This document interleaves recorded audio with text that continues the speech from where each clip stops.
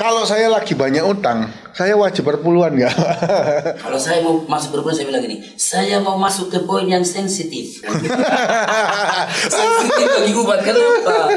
Karena konon sekarang kan sesama pemerintah firman bilang hamba Tuhan yang terima perpuluhan itu kan merampok gitu ya, merampok umat. Saya ngajarkan perpuluhan bukan karena enggak merampok. Anda sulit membuktikannya itu harus terang. Tapi kan hati kita nyata semua di depan Tuhan. Kan? Iya. Menurut Bapak nggak perpuluhan itu dosa nggak Pak? Ya hamba Tuhan bilang gini, kalau kita kasih perpuluhan kita utang itu ya dihitunglah kan utangnya. Nah, itu sebenarnya satu praktek yang salah ya. Jadi anak-anak Tuhan nadong di Sumatera dukung channel Pastor Ishak channel, subscribe, like dan share ya. Jangan di share, pasti terpasuk-pasuk ya.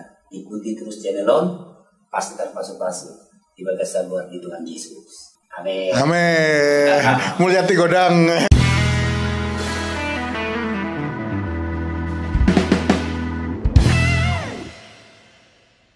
Shalom Bapak Saudara, puji Tuhan kita bertemu kembali dalam kasih Tuhan lewat online hari ini dalam podcast Pastor Ishak. Bersama saya seorang hamba Tuhan yang luar biasa, yang saya kasih sebagai Bapak rohani saya, yang membimbing saya masuk ke dalam pengalaman rohani yang luar biasa. Ialah beliau Bapak Koktondi. Terima kasih sudah hadir di sini di podcast Pastor Ishak. Ya, Bapak Koktondi ini puji Tuhan kita ketemu di sekolah teologi. Bahkan Bapak Koktondi membimbing saya di skripsi saya, salah satunya ya, membantu saya. Dan sekarang Pak Koktondi sudah gelarnya doktor, betul? Wah, puji Tuhan, dokter teologi ya. Oke, kita hari ini membahas tema yang sangat menarik yang lagi viral di sosial media yang membingungkan banyak orang Kristen, yaitu tentang buah sulung dan perpuluhan. Ada yang berkata buah sulung itu wajib, ada yang berkata perpuluhan itu nggak perlu. Hari ini kita bahas yang perpuluhan, bahas yang buah sulung dulu aja ya. Buah sulung menurut Pak Koktondi itu diwajibkan apa tidak? Buah sulung kalau kita tanya diwajibkan apa tidak, kita harus lihat dalam perjanjian lama dan perjanjian baru. Nah kalau di perjanjian lama kita lihat jelas bahwa buah sulung itu diwajibkan.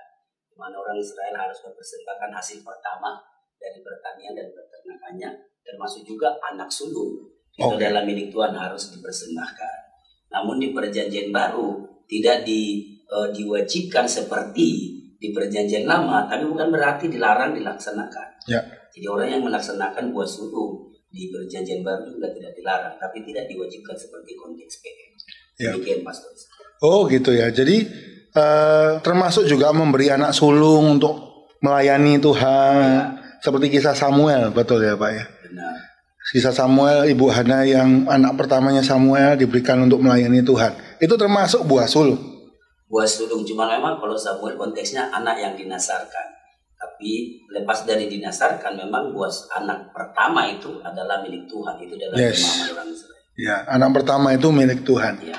Juga hasil pertama. Hasil pertama juga. Nah, kira-kira bentuknya gimana sepengetahuan Bapak Koktondi? Ya, kalau untuk orang yang hidup di konteks peternakan pertanian lebih mudah sih menurut saya ya penerapannya. Bagaimana mempersembahkan buah sulung. Nah bahkan mama saya sendiri, saya ingat saya selama saya di Sumatera, dia selalu mempersembahkan buah sulung. Jadi ternak itu misalnya, karena ternaknya kami babi ya, sorry. Jadi, enak itu, enak.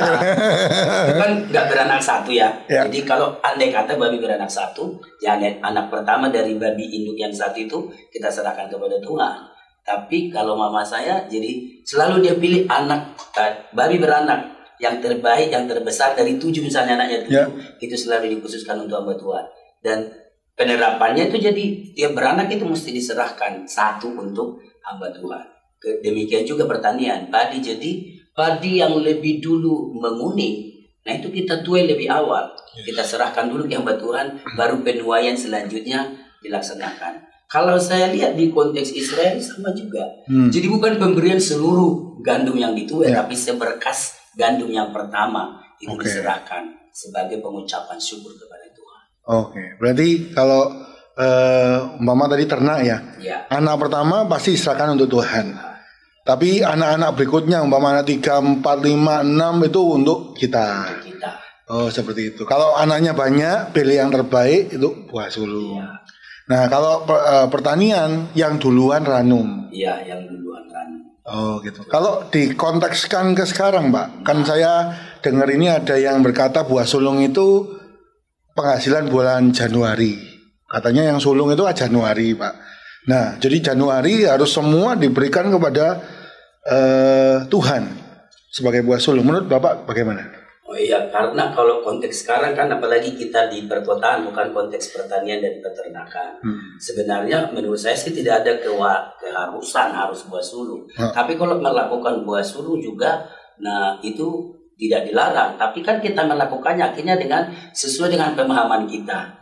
Jadi yang saya lihat itu ada berbagai praktek. Tapi yang paling umum saya tahu praktek buah sulung di gereja masa kini ini, misalnya gaji pertama, dan yang termasuk saya gembala pernah terima. Jadi ketika ini lulus kuliah gitu ya, kerja pertama kali, gaji pertama itu diserahkan ke kita. Kalau pindah kerja nggak dikasih lagi. Jadi apa nih ya, berbagai ekspresi pelaksanaan ya. Jadi penerapannya berbeda. Ada yang pindah kerja, gaji pertama di situ kasih lagi. Nah kalau gitu nanti pendetanya berdoa supaya pindah-pindah kerja. Supaya bolak balik masuk. Tapi saya ngomong dari yang paling umum, mostly. Jadi orang itu pertama kerja itu diserahkan. Nah itu yang paling banyak penerapan buah sulung di perjanjian baru ini ya, di masa kita sekarang. Ada juga 1-2 orang yang memang dengan imannya, tanpa disuruh hamba Tuhan. Jadi dengan imannya dia mempersembahkan gaji pertama setiap Januari. Kalaupun saya didengar tante saya selalu bersaksi ke saya, dia memang sangat diberkati Tuhan. Dia cerita ke saya, setiap gaji Januarinya dia nggak sentuh. Tapi bukan karena disuruh hamba Tuhan. Dia merasa, dia beriman, ingin mempersembahkan itu kepada Tuhan. Tapi diwajibkan di gereja. Nggak wajib, tapi ini gerakan hati kita. Ingin memberi kepada Tuhan. Saya waktu dulu pertama kali ngajar gitar, ya masih gaji kecil ya, 50.000 sebulan. Itu saya kasih buah sulung untuk Tuhan. Jadi mungkin kalau sederhananya, mungkin kita pertama kali kerja itu, dari pekerjaan itu hasilnya kita kasih buat Tuhan, seperti itu ya. Tapi next nanti umpama 10 tahun kemudian gajinya boleh kita pakai. Ya, jadi yang pertama kita serahkan, seterusnya ya perpuluhan dari setiap gaji yang kita. Gitu seperti itu ya. Jadi bukan wajib, tapi kalau kita ini ingin memberi kepada Tuhan, mengasihi Tuhan, kita memberi buah sulung sebagai rasa terima kasih kepada Tuhan. Dan merasa Tuhan yang memberi ini pekerjaan ini, betul ya Pak? Iya. Jadi pada hakikatnya memang semua jenis-jenis persembahan di Alkitab itu maknanya pertama adalah sebagai ucapan syukur. Yang kedua adalah sebagai pengakuan God's honor all things, bahwa Tuhan milik semua, termasuk pendapatan saya. Semua jenis persembahan itu basicnya. Itu dua itu. Jadi bagi yang bingung, yang mendengar, sebagai orang Kristen, buah sulung itu di perjanjian baru tidak wajib, tapi bentuk kita mengasihi Tuhan. Kalau buah sulung yang mungkin seringkali dinilai standar adalah ketika bekerja pertama, dari pekerjaan itu hasil pertama kita beri untuk Tuhan. Seterusnya kita pakai untuk kehidupan kita. Ya, tapi memang kalau gaji pertama itu mungkin biasanya masih muda ya Pak ya. Jadi masih ada orang tua yang membiayai. Apakah seperti itu atau bebas saja? Kapan tergerak atau gimana Pak? Ya pokoknya kan gaji pertama, jadi karena konon orang pertama kerja ya masih muda, masih tinggal orang tua gitu ya. Tapi kalau toh orang kerja sudah berkeluarga baru dapat pekerjaan, dia mau lakukan ya nggak masalah juga. Sesuai imannya. Ya, sesuai iman kita. Nah, sebaliknya kalau kita bahas perpuluhan sekarang, apakah perpuluhan itu wajib? Karena sekarang banyak yang bicara, wah itu perpuluhan itu PL ya, perjanjian lama, PP masa ngasih perpuluhan, ngasih ke siapa? Nah, kita mulai dulu dengan apakah perpuluhan itu wajib? Ya, kalau kita mau membahas perpuluhan itu wajib, kita harus lihat dari awalnya. Ya, memang ada perkembangan yang berbeda ya, yang cukup variatif dalam pelaksanaan perpuluhan. Untuk the first time kan Abraham. Itu belum bentuk perintah, Karena kalau kita ngomong wajib dan tidak ini misalnya secara tata bahasa, kita harus temukan apa yang kita praktekkan itu dalam bentuk imperatif. Betul, perintah. Tapi untuk the first time, untuk pertama kali Abraham kasih perpuluhan kan nggak keharusan. Sebagai pengakuan bahwa kemenangan ini dari Tuhan dan segala peroleh dari Tuhan dipersembahkan kepada Tuhan. Namun kan Alkitab kita kan sifatnya pewahyuan progresif. Yes. Kok lama-lama jadi diperintahkan gitu. Bahkan di dalam Maliaki pasal 3 malah Tuhan murka karena itu dia baikan. Atau kita tahu temanya kitab Maliaki adalah ribu Allah murka Allah marah. Yes. Jadi berarti kalau saya menjawab itu bersifat imperatif, berarti wajib. Begitu. Jadi sebenarnya awalnya itu karena rasa terima kasih kepada Tuhan, maka 1/10 diberikan oleh Abraham. Nah, tapi karena progresifnya, maka Maliaki itu bentuknya imperatif. Lalu kalau perjanjian baru bagaimana? Nah, kalau perjanjian baru kita memang harus jujur loh ya ke fakta di dalam Alkitab. Yes. Secara eksplisit nggak ada seperti di Maliaki pasal 3. Bahkan menurut saya hanya 2 ayat yang eksplisit bicara perpuluhan di perjanjian baru. Pertama Matius 23 itu, kemudian nanti di Ibrani pasal 7 kan seperti Ibrani itu. pasal 7 ya. Nah, tapi kalau kita lihat ini kan Matius pasal 23 ini pernyataan langsung Yesus loh. Jadi Yesus tidak mengulangi persis Maliaki pasal 3, cuma Yesus menyinggung perpuluhan. Nah, di situ ada statement Yesus, yang satu harus dilakukan, yang lain jangan diabaikan. Jadi harus dilakukan menurut saya sama-sama imperatif. Iya, seperti itu. Coba kita baca ya, Pak. Maliaki 23 ayat 23. Matius 23 ayat 23. Oh, Matius 23 ayat 23. Terima kasih, Pak. Matius 23 ayat 23. Celakalah kamu, hai ahli-ahli Taurat dan orang-orang Farisi. Hai kamu orang-orang munafik, sebab perpuluhan dari selasi, adas, manis, dan jintan kamu bayar. Tetapi yang terpenting dalam hukum Taurat kamu abaikan, yaitu keadilan dan belas kasihan dan kesetiaan. Yang satu harus dilakukan dan yang lain jangan diabaikan. Nah, kalau ayat itu berhenti tadi sebelum pernyataan terakhir yang satu harus dilakukan, saya bisa berkata bahwa perpuluhan di perjanjian baru nggak boleh, discontinuity. Ya. Tapi ada kalimat ini loh yang terakhir ini. Jadi yang satu harus dilakukan. Nah itu memang tense imperatif. Jadi kalau sampai di Matius itu menurut saya tetap wajib. Bapak buat diagram ya, betul ya? Iya, saya melihat diagram yang Matius 23 ayat 23. Saya ada buat diagram. Saya lihat dari Bible Walk loh ya, bukan saya buat. Jadi saya ambil dari Bible Walk yang sudah memuat diagram tiap ayat Alkitab Perjanjian Baru. Nah di situ saya lihat dari diagram itu memang perpuluhan harus dilakukan. Jadi pemahaman ayat ini memang harus betul. Tapi banyak yang bilang, oh nggak perlu, yang penting pertumbuhan karakter kan. Padahal jelas sekali loh.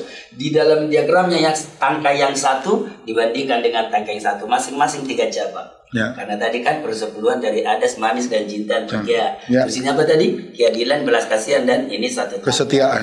Nah kesetiaan 1 tangkai. Yang satu harus dilakukan itu mengacu ke perpuluhan itu di diagram itu. Dan yang lain ini jangan diabaikan, karena ada banyak orang kalau sudah beli perpuluhan moralnya sembarangan. Dia pikir sudah kok sepertinya Tuhan disuap oleh perpuluhan kita, jadi pilar pertumbuhan rohani jadi nggak penting gitu, pertumbuhan karakter. Itu sebenarnya yang Tuhan tegur, bukan pelaksanaan perpuluhannya Tuhan tegur nggak boleh lagi kan. Di situ misunderstanding banyak anak Tuhan menurut saya, pastor. Wow, luar biasa sekali. Kalau bagi Bapak Saudara yang belum mengerti mungkin apa yang tadi dimunculkan diagram itu apa, kalau kita sekolah teologi, kita tuh harus bisa bahasa asli. Kenapa? Karena bahasa asli adalah bahasa asli Alkitab dalam Perjanjian Baru adalah bahasa Yunani ya. Jadi kita harus bisa bahasa Yunani. Nah, diagram ini menunjukkan mana menjelaskan mana menjelaskan mana ya. Jadi itu tadi yang tulisan itu bahasa Yunani. Nah, dengan jelas dikatakan di sana yang satu itu harus dilakukan. Nanti dilingkari tangga itu ya. Yang ini harus dilakukan. Yang ini itu jangan diabaikan. Jadi perpuluhan itu harus dilakukan dan bertumbuh karakter itu jangan diabaikan. Berarti banyak sekali orang Kristen itu habis memberi perpuluhan moralnya ya terserahlah. Bapak pernah melihat seperti itu? Ya, dari obrolan karena mungkin ya, jadi ada bilang, tapi saya sudah kasih perpuluhan loh Pak Pendang. Kita tegur pelanggarannya ya, misalnya selingkuh misalnya ya, apa nggak boleh gini. Tapi saya kasih perpuluhan loh, kita kasih perpuluhan itu bukan menutup dosa kita. Ya. Itu ketaatan melakukan firman. Jadi kita ini kan hidup di hadapan Tuhan ini banyak pilar yang harus ya semua terbangun dengan baik. Gitu.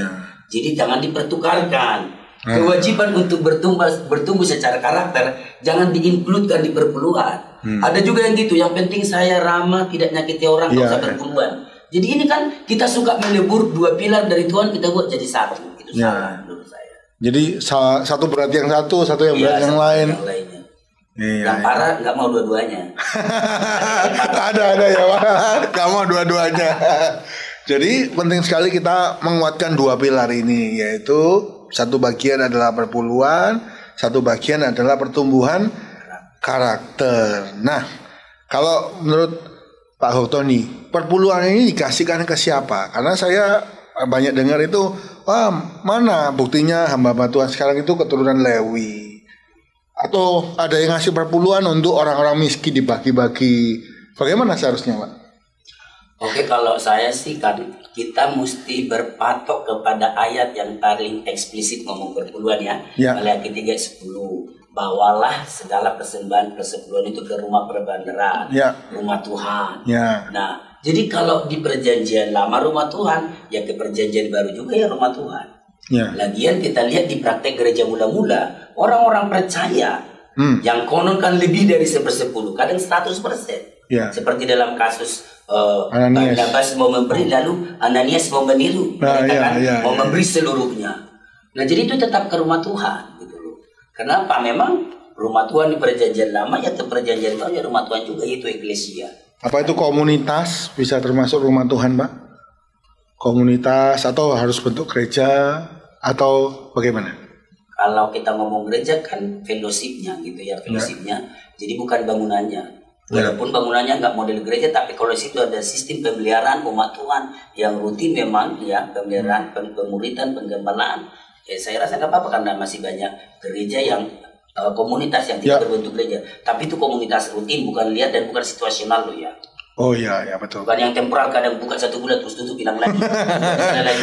Jadi ini kan harus kita kaitkan dengan administrasi gereja, manajemen gereja kan begitu. Iya betul. Jadi harus soal bangunannya belum begitu, tapi itu memang harus sebuah penggembalaan. Kan kita tahu orang Israel kan itu konteks penggembalaan kan gitu ya, oleh para imam. Dan jadi kalau itu seperti itu saya rasa walaupun belum berbentuk gereja ya kita bawa ke sini. Berarti yang menerima itu adalah orang yang menggembalakan. Jadi seorang imam yang mengajar, yang berkhotbah, itu seperti kata firman-Nya. Nah, ada yang statement itu, Pak, kan bukan Lewi. Mana keturunan Lewinya dari mana ini? Nah, bukan Lewi, kita harus tahu ya, perubahan keimaman PLK, keimamatan PLK perjanjian baru. Di perjanjian baru dibilang Yesus adalah imam besar, imam untuk selama-lamanya. Yesus kan bukan keturunan Lewi.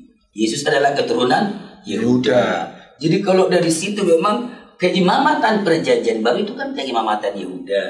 Nah, lalu kita yang nggak Lewi kok terima misalnya pada hamba Tuhan. Nah ya karena diberi perintah oleh kepala gereja kan, kamu adalah imamat yang kudus, yang terkandung dalam pengertian kata eklesia, sebagaimana dari 1 Petrus pasal 2:9 itu toh, kamu adalah bangsa yang kudus. Jadi itu paralel persis dengan apa pernyataan Allah kepada orang Israel di kitab Imamat. Jadi keimamatan Yehuda kita.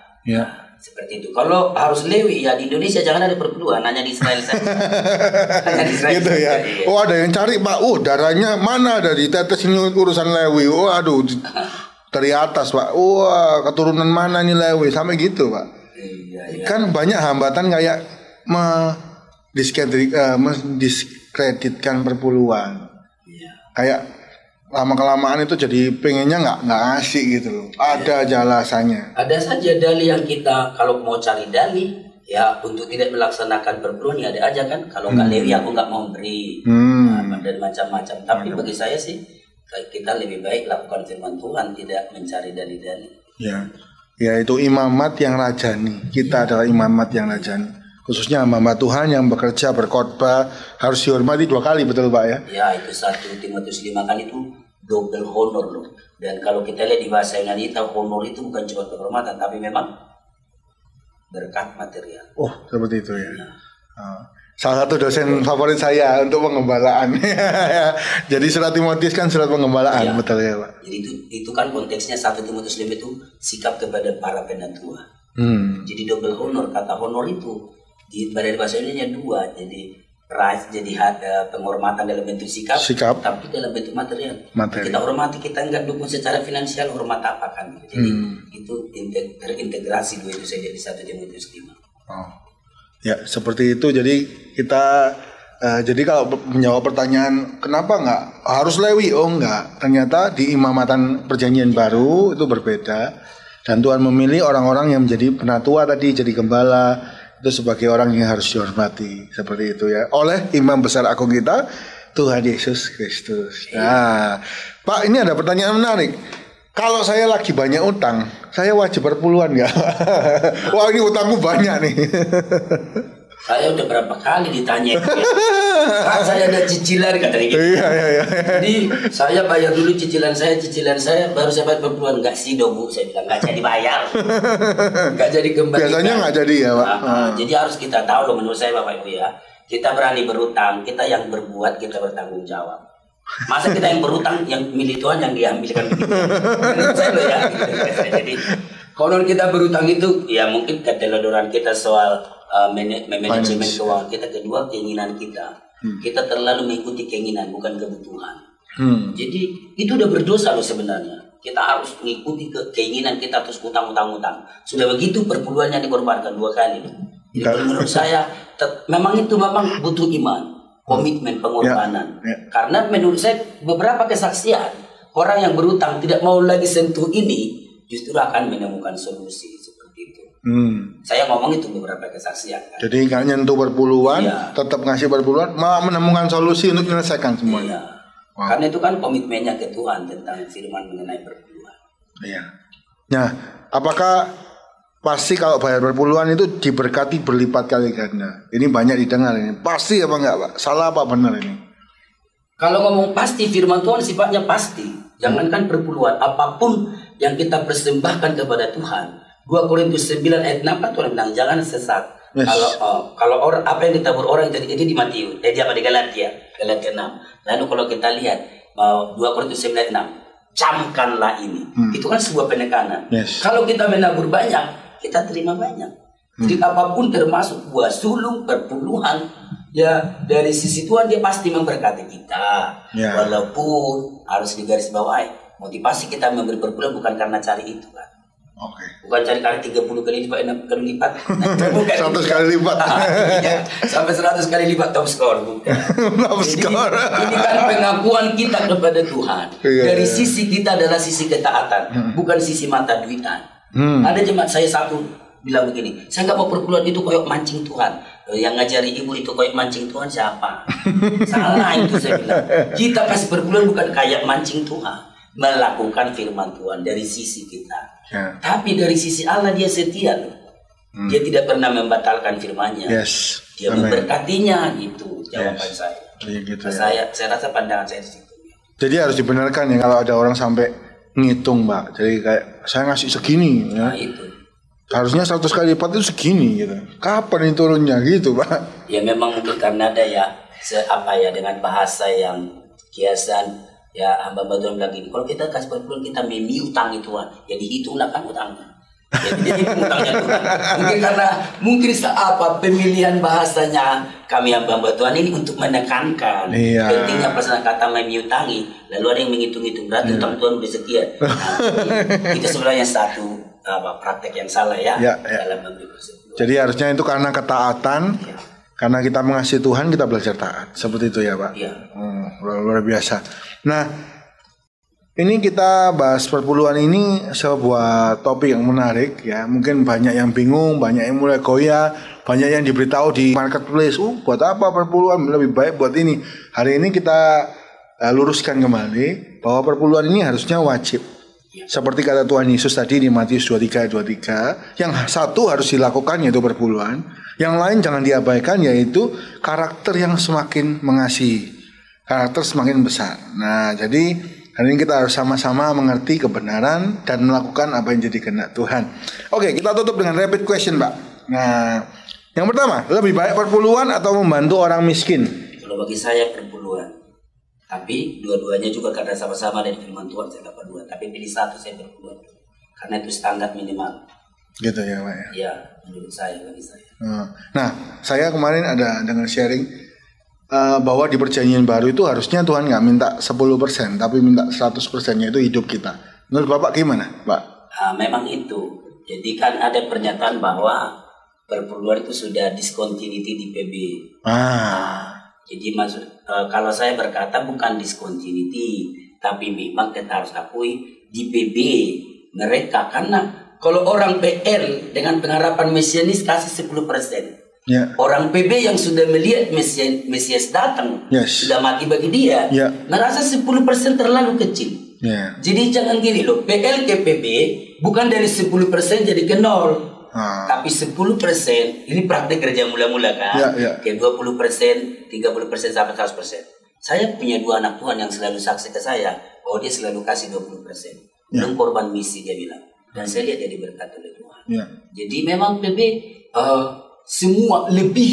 Nah makanya gini, misalnya jemaat Makedonia ini ya, diangkat Paulus sebagai teladan bagi jemaat di Korintus. Jemaat Makedonia itu sebenarnya nggak kaya-kaya loh. Tapi karena mereka cinta Tuhan, cinta firman, mereka memberi lebih dari yang kami pikirkan. Jadi lebih dari kriteria minimal. Berarti 1/10 itu kriteria minimal harusnya. Menurut saya. Di perjanjian baru itu. Apalagi kelihatan di gereja mula-mula itu mereka ngasih 100%. 100%. Wow. Itu kan kasusnya Ananias. Dia kasih 50% sebagian. Dan sebagian lagi mana gitu ya.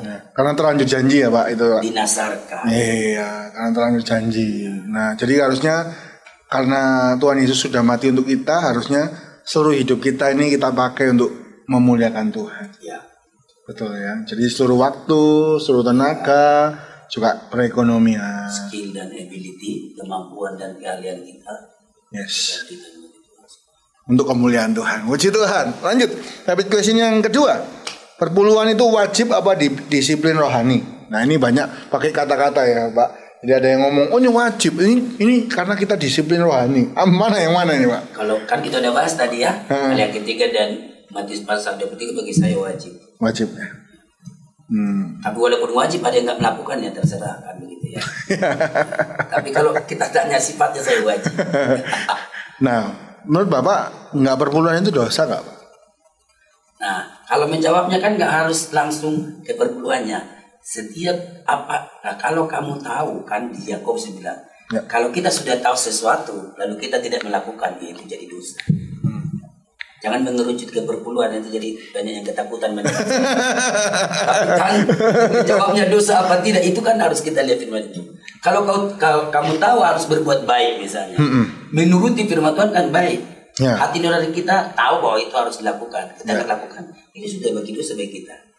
Dalam keraguan-keraguan, tidak baik perpuluhan tapi keraguan-keraguan. Tak bagus, jadi lebih kita lakukan. Nah ini yang juga dilema ya Pak, karena kita kalau memuridkan, kalau sampai di fase kita mengajar perpuluhan itu sebenarnya kayak mata duitan. Padahal itu firman Tuhan, gitu seperti itu. Itu dilemanya di situ ya Pak. Itu memang dilema. Makanya saya kalau khotbah ya Pastor Ustaz, selalu saya bilang, kalau saya mau masuk perpuluhan saya bilang gini, saya mau masuk ke poin yang sensitif. Sensitif bagi umat. Kenapa? Karena konon sekarang kan sesama pemberita firman bilang hamba Tuhan yang terima perpuluhan itu kan merampok gitu ya, merampok umat. Iya, saya dengar itu. Iya, betul. Merampok. Nah, padahal itu firman Tuhan gitu loh. Nah, itu Iya. Jadi istilah perampok itu sangat keras ya Pak. Iya, jadi membuat orang jadi dalam keraguan-keraguan, dalam keraguan-keraguan. Tapi saya mau berkata bahwa sebagai umat Tuhan, ayo lihat Alkitab lah gitu kan. Iya. Lihat Alkitab. Khotbah saya juga, pandangan-pandangan saya saudara uji berdasarkan Alkitab. Yes. Supaya kita confidence untuk melakukan. Yes. Nah mungkin apakah karena hamba-hamba Tuhan sendiri yang kayaknya terlalu over ya Pak ya? Saya kalau masalah itu memang harus terbuka mungkinnya. Jadi setelah hamba Tuhan mendapat perpuluhan, bagaimana dia menggunakannya, kalau itu bisa dikoreksi. Tapi jangan karena kita mau mengoreksi gaya hidup hamba Tuhan yang mungkin hedonisme dan semua itu, jangan jadi firman yang dibatalkan gitu loh. Kalau itu kita harus sangat terbuka sebagai hamba Tuhan. Dan cuman ya satu catatan saya lihat semua yang memprotes tidak perpuluhan, sorry, itu tidak punya jabatan gembala. Kebanyakan. Ya. Mungkin dia bernama evangelis atau cuman guru kah, jadi tidak memimpin satu umat. Tapi gembala itu akan menjadi satu kebingungan.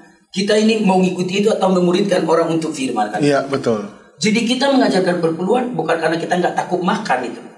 Jadi sorry bagi yang bilang kita perampok terus takut makan, mencintai diri sendiri. Sekarang misalnya saya bilang kau usah perpuluhan gitu. Firman ini terabaikan gak ke umat, tanggung jawab kita loh. Iya, makanya. Itu karena tanggung jawab, bukan karena kita matre kan begitu ya.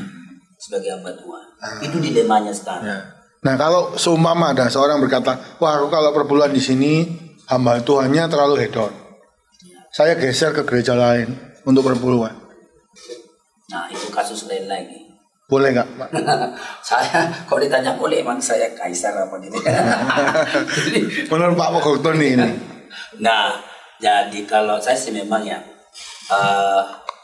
itu yang problem, salah satu yang rumit di perpuluhan karena orang berkata bilang rumah Tuhan itu kan banyak.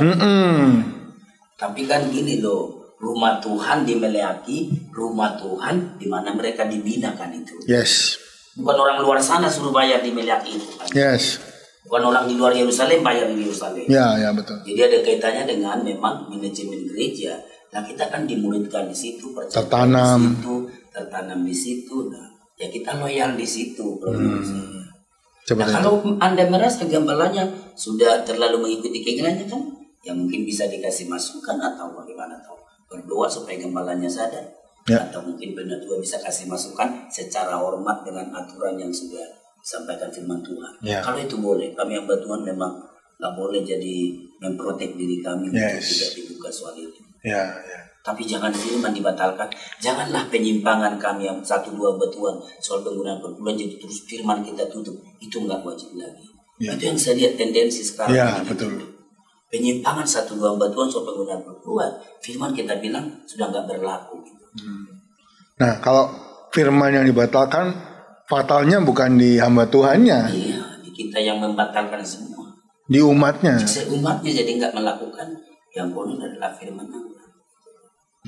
Saya cuma bilang Anda bisa tinggalkan perpuluhan jadi 20%, 50% sampai 100%. Running nggak gitu loh. Jadi ketika Anda nggak punya iman di situ, ya paling tidak Anda melakukan di kriteria minimal. Yaitu 1/10. Itu 1/10. Itu pandangan saya. Jadi ini kadang goyah karena itu ya, ada gembala-gembala yang oknum-oknum yang menyerang. Sorry ya, saya lihat kok ini Facebook apa, ini kok nggak setuju perpuluhan, lihat gembala sidang nggak, bukan. Tapi hamba Tuhan. Karena hamba Tuhan itu kan ada 5 jabatan katanya. Efesus 4 ayat 11. Dia kalau bagi saya, kalau saya mau bilang, kalaupun ada yang mendengar saya sekarang, saya mau menyapa Anda gitu. Anda nggak memposisikan diri sebagai gembala. Yang harus diminta pertanggungjawaban, apa yang kita harus sampaikan ke umat harus sampai. Hanya gara-gara pro kontra ini saya nggak sampaikan lagi. Emang yang diminta tanggung jawab sampean atau saya kan begitu. Makanya saya sebagai gembala tetap saya ajarkan. Tetap diajarkan. Iya, tapi bukan saya takut nggak hidup loh ya. Sorry. Kita bisa hidup karena Tuhan. Terlalu banyak cara Tuhan memelihara hambanya. Kita sebenarnya menyampaikan itu, hamba Tuhan menyampaikan karena sayang sama umatnya, betul. Karena kita rasa itu firman yang harus mereka praktekkan. Dan kesaksian banyak anak Tuhan yang praktek, gak ada yang kecewa kok dengan itu. Gitu ya Pak? Iya. Gak ada yang kecewa. Yang kecewa pendetanya yang gunakan salah yang ada. Bukan Tuhan gak genapi janjinya ke dia. Ya karena dia jadi fokus lihat pendetanya jadi kecewa. Lihatlah apa yang Tuhan buat ke dia kalau menurut saya. Begitu. Menarik sekali. Ini penting buat siapa orang yang mendengar, karena banyak orang kecewa sama hamba Tuhannya. Bukan jajalan nggak tergenapi ya. Karena mulai dia lihat, karena dia tahu perpuluhannya besar, hamba Tuhannya begini. Jadi janganlah tahu hamba Tuhan juga manusia. Masa itu jadi batu sandungan bagi kita untuk mempraktekkan firman? Ya paling tidak itu urusannya. Kalau Anda punya Tuhan kasih beban dan keberanian ya tegur. Orang sekarang kan enak tegur, tinggal WA. Kalau takut berhadapan muka kan begitu. Kalau habis itu marah dihapus. Masih bisa hapus nih. Iya, itu maksud saya. Janganlah, ya tolong yang mendengar ini perhatikan, janganlah. Kalau toh kami yang membuat Tuhan ada yang begitu hidup, begitu jemawah katanya bahasa lamanya. Ya jangan kita itu penyimpangan satu itu membuat kita bilang kalau perpuluhan bukan firman. Jadi kita pegang firman-Nya. Ya. Jangan sampai kita meninggalkan firman karena seseorang. Harus pegang firman. Ya. Wow, luar biasa ya. Jadi kalau statement merampok itu benar-benar nyakiti juga ya Pak. Ya menyakiti, tapi ya nggak masalah lah. Yang penting kita terus ajarkan firman Tuhan. Ya. Saya memang mungkin saya termasuk hamba Tuhan tersakiti ya. Karena berapa kali saya khotbah berpuluhan saya selalu bilang ini bagian sensitif. Silakan nanti mau saya perampok karena memang udah dengar langsung saya ya. Oh, langsung Pak. Maksudnya dengar langsung, maksudnya YouTube ya, itu ya. Dan di grup di mana saya ada yang terus serang seperti itu. Terserang, bahkan terakhir menyerang persembahan Natal lah. Ya saya pikir Anda bukan gembala, nggak Natalan, jadi katanya nggak perlu kado Natal ke gembala. Oh kita nggak minta kado kan? Itu bukan cuma di berpuluhan loh, nanti semua merembet itu.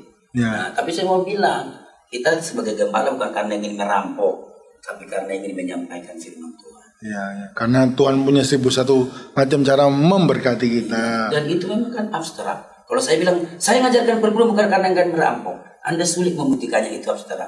Tapi kan hati kita nyata semua di depan Tuhan. Iya. Harusnya kan memang ini tujuannya perpuluhannya untuk apa Pak harusnya? Ya, supaya umat Allah itu diberkati, supaya dia menjadi umat yang tunduk kepada Tuhan. Nah, kalau di gerejanya sebagai untuk bayar listrik, untuk menyediakan makanan kata kita. Iya operasional rumah Tuhan. Nah, ngomong bahasa sekarang kan operasional. Kalau dulu kan supaya ada persediaan. Ya. Di perbendaharaan rumah Allah. Ya.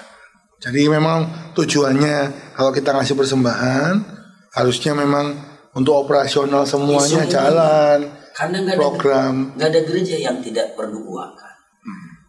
Pendeta masih pakai air. Orang-orang di rumah Tuhan semua masih pakai air, pakai listrik dan semua. Oke. Nah, jadi ini jelas ya bagi semua yang mendengar, jangan sampai meniadakan firman karena melihat oknum hamba Tuhan yang salah. Kita harus pegang firman baik-baik karena tanggung jawab kita taat kepada Tuhan.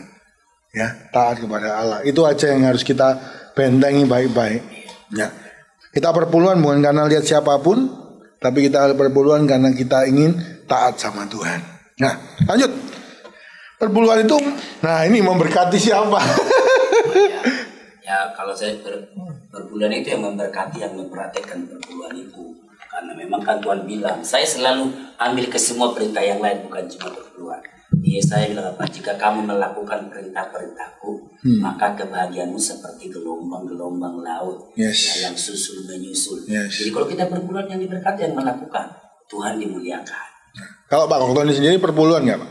Saya perpuluhan. Kita kan di organisasi perpuluhan. Ya. Walaupun kadang bolong ya, mungkin ada yang jadi sudah dengar saya. Tapi masih tutup berikutnya kan. Iya, jadi jangan lupa hamba Tuhan juga perpuluhan. Ini juga organisasi juga seperti itu supaya semua pemberitaan firman bisa nyampe dimanapun. Organisasi bisa buat program-program untuk kemuliaan Tuhan. Iya, dan saya nggak mau urus organisasi pakai ini. Saya pakai prinsip firman. Saya berikan. Saya nggak mau tahu bagaimana dikelola organisasi saya. Jadi nggak berpikir ke situ. Pokoknya bagian saya mengerjakan firman. Yes, bagian kita mengerjakan firman. Mungkin pesan yang penting untuk semua yang mendengar tentang buah sulung, tentang perpuluhan, silakan Mbak. Bagi semua anak Tuhan dimanapun, memberi buah sulung dan perpuluhan jelas-jelas kita lihat ya firman Tuhan. Ya Bapak Ibu Saudara, itu sebabnya terus kita lakukan karena ada janji Tuhan. Firman yang manapun, bukan cuma perpuluhan, yang manapun termasuk perpuluhan dan buah sulung kita kerjakan itu akan membuat kita menyenangkan hati Tuhan. Dan kalau Tuhan disenangkan, Dia akan memberkati kita. Jangan pernah goyah karena pro kontra.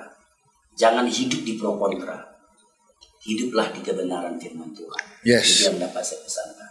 Amin. Yesus memberkati. Amin. Puji Tuhan. Mari kita sama-sama tutup dengan berdoa. Tuhan, terima kasih untuk setiap kebenaran yang sudah kami kupas sama-sama, juga lewat hamba-Mu, Pak Pendeta Koktondi. Tuhan, terima kasih untuk kesempatan yang baik. Kami berdoa podcast ini boleh jadi jawaban bagi setiap anak-anak Tuhan. Biarlah kami bukan tersandung atau gak melakukan firman karena pro kontra, tapi biarlah hidup kami tetap di jalannya Tuhan. Kami mau mengasihi Tuhan lebih daripada semuanya, dan kami mau taat. Tuhan, bawa setiap orang yang mendengar kepada pribadi-Mu, kepada mengasihi Engkau lebih dekat lagi, lebih mengasihi Engkau lagi. Dan biarlah tahu apa yang jadi kehendak-Mu, bukan dari kata orang, bukan dari kata hamba Tuhan, tapi tahu isi hati Tuhan sendiri, pribadi Allah sendiri. Terima kasih, kami bersyukur memberkati hamba-Mu, Bapak Pendeta Koktondi. Tuhan, Engkau terus pakai untuk kemuliaan nama Tuhan, sebagai doktor teologi, sebagai pengajar, juga sebagai gembala. Bila jadi berkat bagi banyak orang. Berkati keluarganya, seluruhnya diberkati Tuhan sehat. Apa yang menjadi doa-doanya jawab Tuhan. Masa depan cerah Tuhan sediakan. Dan juga bagi kami semua yang mendengar, bila iman kami bertumbuh, kami mengasihi Tuhan. Mengasihi Tuhan saja yang sungguh-sungguh. Dan kami berjalan di firman Tuhan. Terima kasih Tuhan. Kami bersyukur pertemuan kami dalam kesempatan berikutnya, dalam berkat dan kasih Tuhan, dalam sehat dan dewasa rohani, semakin bertumbuh dari hari ke hari, semakin serupa dengan Tuhan Yesus. Kami bersyukur Tuhan, dalam nama Tuhan Yesus. Kami berdoa juga untuk semua yang mendukung channel ini, baik yang sudah men-share, men-like, juga men-subscribe, juga mendukung dari bentuk lain. Tuhan, Kau berkati siapa yang mendukung channel ini. Terima kasih Tuhan. Biarlah pelayan kami secara online ini boleh terus memuliakan Tuhan saja. Dalam nama Tuhan Yesus kami berdoa dan ucap syukur. Haleluya. Amin. Puji Tuhan. Nah, sebelum kita lanjut atau kita tutup, saya mau minta Pak Koktondi bahasa Batak menyapa teman-teman di Sumatera untuk sama-sama boleh semakin bertumbuh di channel ini, semakin bertumbuh untuk kita mengerti firman di channel Pastor Ishak. Silakan Pak. Sudah anak-anak Tuhan nalong di Sumatera, dukung channel Pastor Ishak channel, subscribe, like, and share.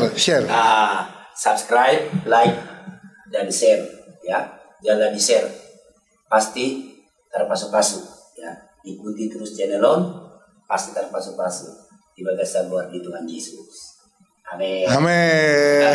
Mulyati Godang. Saya sangat diberkati oleh Pak Koktondi, karena Pak Koktondi ada dosen saya dan Bapak rohani saya. Ya, puji Tuhan. Semoga kita semua terus diberkati lewat channel ini, terutama tujuannya hanya memuliakan nama Tuhan. Jangan lupa kalau ada yang ingin bertanya, silakan tinggalkan di komen. Pengen tanya tentang hal ini dan itu, nanti kita kesempatan berikutnya boleh menjawab. Jangan lupa like, share, komen, dan subscribe untuk channel ini biar terus jadi berkat. Sampai jumpa dalam kesempatan berikutnya. Tuhan Yesus memberkati.